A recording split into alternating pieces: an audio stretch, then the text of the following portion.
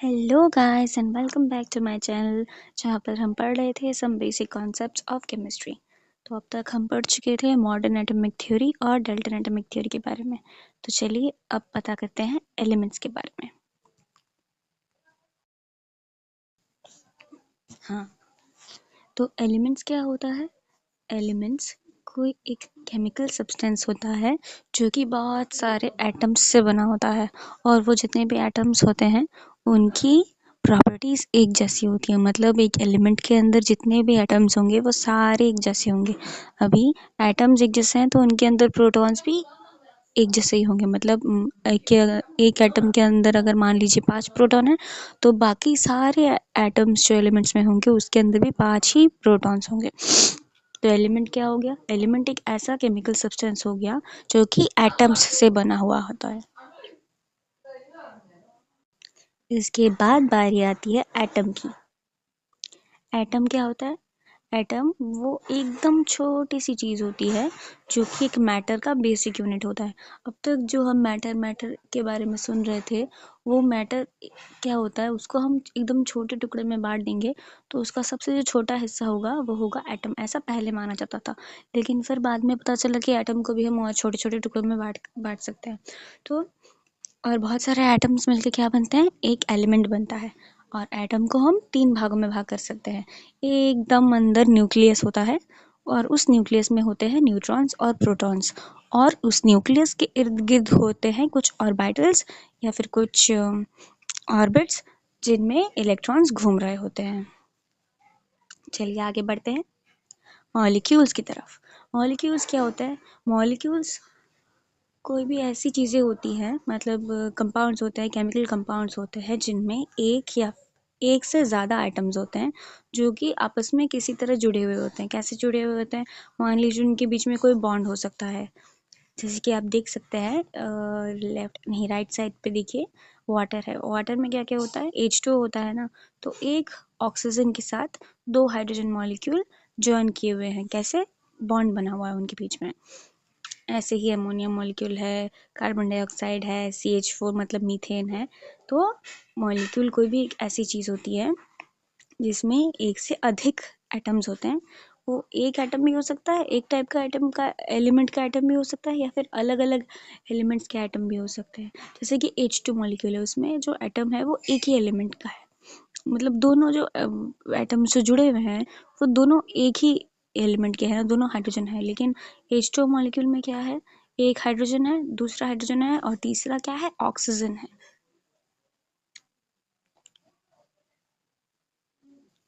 चलिए अब जानते हैं हम एटॉमिक मास के बारे में। एटॉमिक मास एक एटम का मास होता है, और एक एटम का मास किस चीज़ पर डिपेंड करता है? उसके न्यूक्लियस पे। और न्यूक्लियस में क्या होता है? न्यूक्लियस में होता है न्यूट्रॉन्स और प्रोटॉन्स।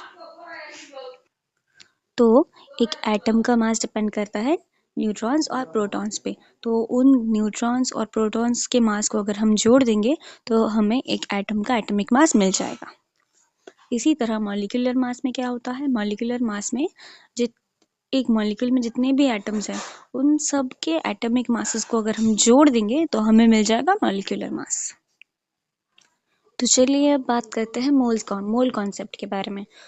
मोल जिसका सिंबल होता है MOL, मोल। इसको हम क्यों यूज़ करते हैं? इसको हम यूज़ करते हैं एक केमिकल सब्सटेंस के अमाउंट को मेजर करने के लिए। जैसे कि हम दूरी नापने के लिए मीटर, किलोमीटर ये सब यूज़ करते हैं। फिर वॉल्यूम नापने के लिए लीटर, मिलीलीटर। ऐसे ही केमिकल सब्सटेंस का भी तो कुछ मापने का कुछ पैरामीटर होना चाहिए ना। तो उसको हम कैसे नापते हैं? उसको हम नापते हैं मोल में। और 1 मोल ऑफ सब्सटेंस में कितने एंटिटीज़ होती हैं? एंटिटीज़ मतलब कि क्या है? मान लीजिए एक आयन है तो उसमें कितने 1 मोल ऑफ कैटायन है तो उसमें टोटल कितने आयन्स हैं? या फिर 1 मोल किसी चीज़ का एटम है तो उसमें टोटल कितने एटम्स हैं? 1 मोल का मान लीजिए कोई मॉलिक्यूल है उसमें टोटल कितने एटम्स हैं, या फिर कोई एक कैटायन है उसमें टोटल कितने आयन्स हैं, वो हमें कहाँ से पता चलता है? वो हमें पता चलता है एवोगाड्रोस नंबर से।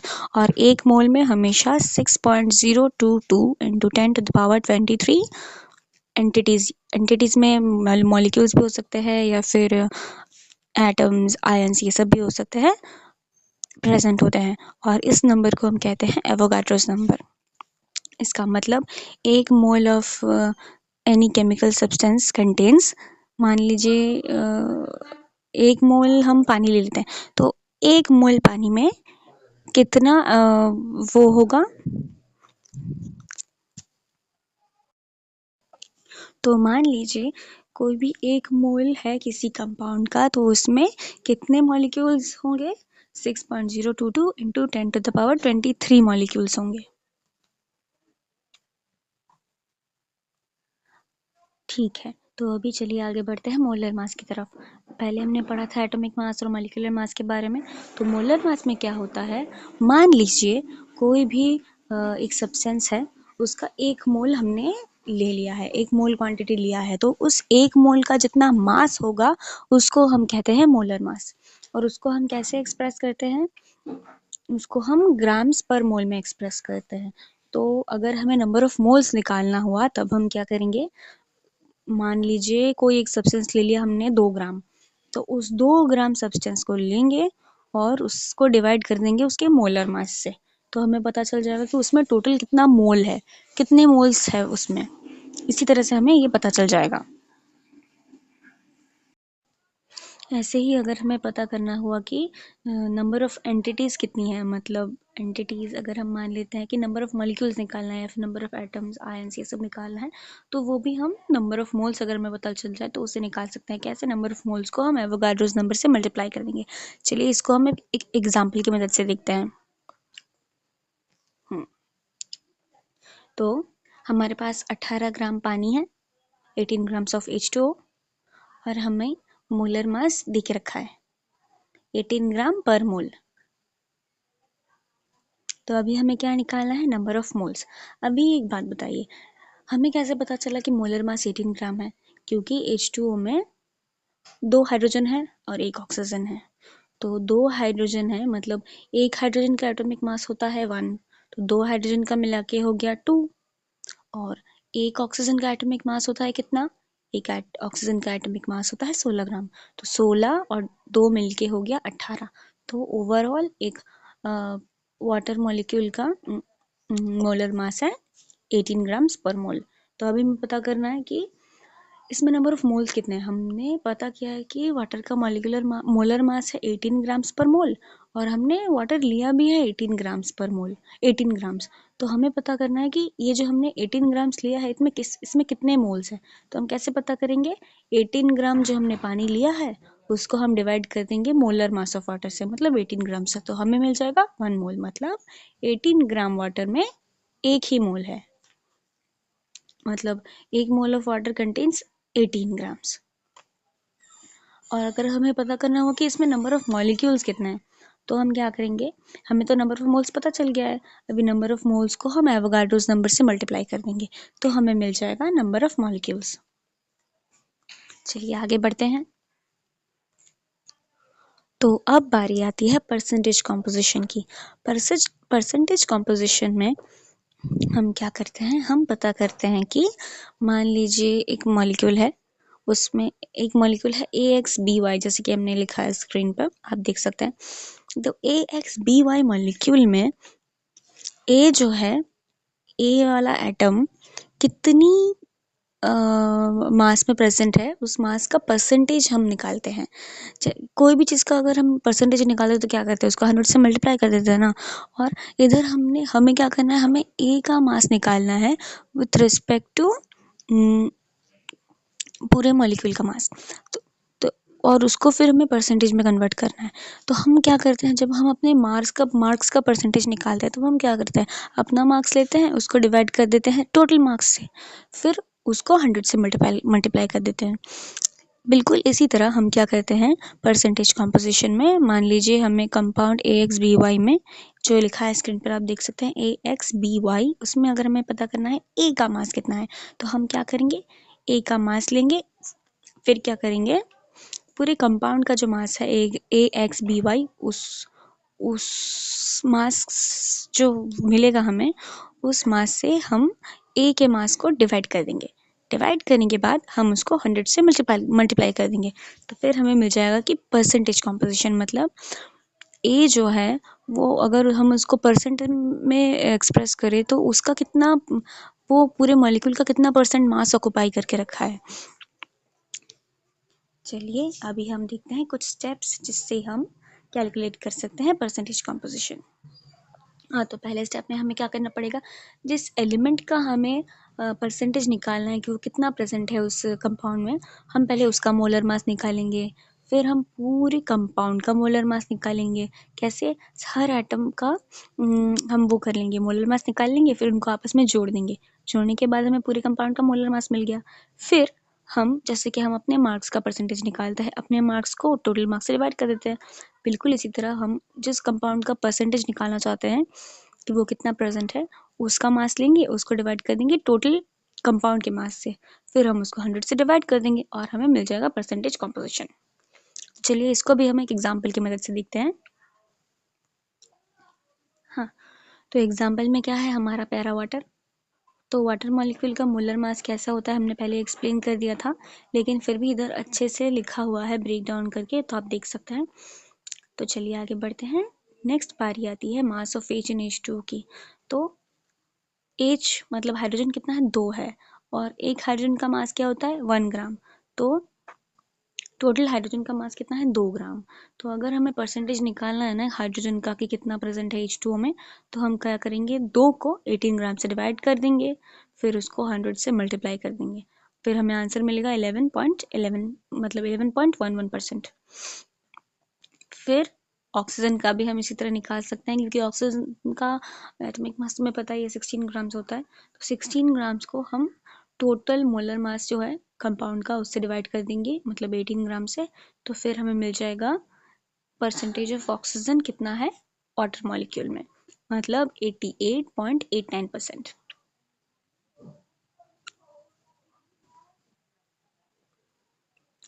तो चलिए अब बात करते हैं एम्पिरिकल फार्मूला के बारे में। एम्पिरिकल फार्मूला किसी भी कंपाउंड का एक ऐसा फार्मूला होता है जिसमें हम हर एक एटम कितना कितना प्रेजेंट है उसको हम एक सिंपलेस्ट होल नंबर रेशियो में एक्सप्रेस करते हैं। उसमें हमें पता नहीं चलता कि एक एटम या फिर एक एलिमेंट कितना कितना टोटल कितना प्रेजेंट है वो नहीं पता चलता, लेकिन किस रेशियो में प्रेजेंट है वो पता चलता है। तो चलिए अभी हम एम्पिरिकल फार्मूला का कैलकुलेशन भी देख लेते हैं। तो पहले स्टेप्स देखते हैं ताकि बाद में आसानी हो। तो सबसे पहले हमें क्या करना पड़ेगा, हमें मान लीजिए कंपाउंड दिया हुआ है, उसमें ना सारे एलिमेंट्स जो होंगे उनका सबका मास निकालना पड़ेगा। मास निकालने के बाद उन सब मासेस को मोल्स में कन्वर्ट करना पड़ेगा। मोल्स में कन्वर्ट करने के बाद फिर हम उसको सिंपलेस्ट रेशियो में कन्वर्ट करेंगे और फॉर्मूला लिख लेंगे। मान लीजिए हमें कोई कंपाउंड ऐसे नहीं कि हमें कोई कंपाउंड ही दे दिया होगा क्वेश्चन में, ज़रूरी नहीं है। हमें क्या करेंगे ना, कंपाउंड शायद देंगे भी नहीं। तो चलिए अभी हम एम्पिरिकल फार्मूला कैलकुलेशन की तरफ चलते हैं। तो एम्पिरिकल फार्मूला कैलकुलेट करने के पहले हम एम्पिरिकल फार्मूला कैलकुलेट करने के कुछ स्टेप्स देख लेते हैं। तो सबसे पहले हमें क्या करना पड़ेगा, हमें मान लीजिए हमें क्वेश्चन में दे रखा होगा कि ये एलिमेंट है इतना इतना परसेंट या फिर इतना इतना क्वांटिटी में प्रेजेंट है, उसका हर एलिमेंट का मास निकालना पड़ेगा हमें। फिर हमें उस मास को मोल में कन्वर्ट करना पड़ेगा। कभी कभी मास दिया हुआ भी हो सकता है तो हम सीधा मोल में कन्वर्ट करेंगे। फिर क्या करेंगे, उस जो मोल निकला हमारा उसको हम सिंपलेस्ट रेशियो उसका निकाल लेंगे। वो हम कैसे निकालेंगे आगे बाद में बताती हूँ मैं। फिर उस सिंपलेस्ट रेशियो को हम एम्पिरिकल फार्मूला के फॉर्म में लिख लेंगे। तो चलिए देखते हैं ये सब कैसे करते हैं। देखिए यहाँ पे क्वेश्चन लिखा है, हमें 3 चीज़ें दे रखी हैं, कार्बन, हाइड्रोजन और ऑक्सीजन। 40% कार्बन, 6.7% हाइड्रोजन और 53.3% ऑक्सीजन। तो हमें इन सारे परसेंटेजेस को ग्राम्स में कन्वर्ट करना पड़ेगा सबसे पहले। तो हम एक काम करते हैं, हम मान लेते हैं कि हमारे पास 100 ग्राम सैंपल है, तो 100 ग्राम सैंपल में 40% कार्बन है, तो हम ऐसा मान सकते हैं ना कि 40 ग्राम कार्बन है। तो उस हिसाब से देखें तो 6.7 ग्राम हाइड्रोजन हो गया और 53.3 ग्राम्स हो गया हमारा ऑक्सीजन। क्योंकि हमने माना है, क्या माना है कि हमारा सैंपल जो है वो 100 ग्राम का है और 100 ग्राम सैंपल्स में सैंपल में कार्बन है 40 ग्राम्स, हाइड्रोजन है 6.7 ग्राम्स और ऑक्सीजन है 5.53.3 ग्राम्स। तो अभी हम क्या करेंगे, अभी इन जो ग्राम्स में क्वांटिटीज़ आई हैं उनको हम मोल्स में कन्वर्ट करेंगे। तो कार्बन को हम कन्वर्ट करेंगे कैसे, हमें पता है ना नंबर ऑफ़ मोल्स कैसे निकालते हैं, जो गिवन मास होता है उसको हम मोलर मास से डिवाइड कर देते हैं। अभी मोलर मास यह यहाँ पे क्या है, 1 मोल का मास है ना, और यहाँ पे हम क्या ले रहे हैं, यहाँ पे एटम का मास ले रहे हैं, क्योंकि अभी हम कार्बन एटम का निकाल रहे हैं ना, तो कार्बन एटम का हमने मास ले लिया 12.01, फिर उसका 3.33 मोल्स हमें मिला। कैसे मिला, 40 ग्राम को हमने 12.01 से डिवाइड किया तो हमें 3.33 मोल्स मिल गया। कार्बन कितना प्रेजेंट है, 3.33 मोल्स। इसी तरह हमें हाइड्रोजन के मिले 6.63 मोल्स और ऑक्सीजन के मिले 53.3 ग्राम को डिवाइड करने के बाद 16 ग्राम से हमें मिले 3.33 मोल्स। तो चलिए अब इन मोल्स को सिंपलेस्ट रेशियो में कन्वर्ट करते हैं। हम देखेंगे कि सबसे छोटा नंबर ऑफ मोल कौन सा है, मतलब सबसे कम नंबर ऑफ मोल कहाँ पे है, 3.33, 6.63 और 3.33। तो सबसे छोटा नंबर कौन सा है इनमें, 3.33 है ना। तो अभी हम क्या करेंगे, 3.33 से सारे दूसरे जो एलिमेंट्स हैं उनके नंबर ऑफ मोल्स को डिवाइड कर देंगे। तो कार्बन का तो खुद का ही 3.33 है, तो 3.33 से 3.33 को डिवाइड करेंगे तो क्या मिलेगा, 1 मिलेगा। हाइड्रोजन का कितना था, 6.63, तो उसको 3.33 से डिवाइड करेंगे तो हमें अप्रॉक्सीमेटली 2 मिलता है। और ऑक्सीजन का भी 3.33 था, तो उसको भी हम 3.33 से डिवाइड करेंगे तो हमें मिल जाएगा 1। तो हमें क्या पता चला कि कार्बन का हमें कॉरेस्पॉन्डिंग हमें कौन सा नंबर मिला, 1। हाइड्रोजन की कॉरेस्पॉन्डिंग हमें कौन सा नंबर मिला, 2। और ऑक्सीजन के कॉरेस्पॉन्डिंग हमें कौन सा नंबर मिला, 1।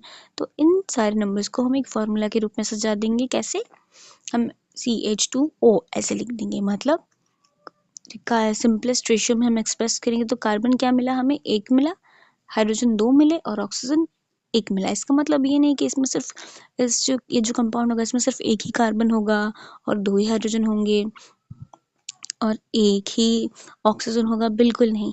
लेकिन इसका मतलब ये है कि इस कंपाउंड में जितने भी कार्बन, हाइड्रोजन और ऑक्सीजन होंगे वो इस रेशियो में प्रेजेंट होंगे, 1:2:1 ऐसे रेशियो में प्रेजेंट होंगे। मतलब कार्बन हमेशा, एक होता है ना, हम बचपन में निकालते थे ना रेशियो, तो काट कूट के रेशियो में करेंगे तो ऐसा ही बचेगा कि कार्बन के अगेंस्ट जो नंबर आएगा वो 1 आएगा और हाइड्रोजन के साथ 2 आएगा और ऑक्सीजन के साथ 1 आएगा। मतलब काट कूट करने के बाद रेशियो में हमारे पास 1:2:1 ऐसे टाइप का एक रेशियो मिलेगा हमें। तो चलिए आज के लिए इतना ही था। आगे के लिए तो चलिए आज के लिए इतना ही। अभी सब बेसिक कॉन्सेप्ट्स का सिर्फ एक ही पार्ट बचा है और उस पार्ट को देखने के लिए बने रहे हमारे साथ।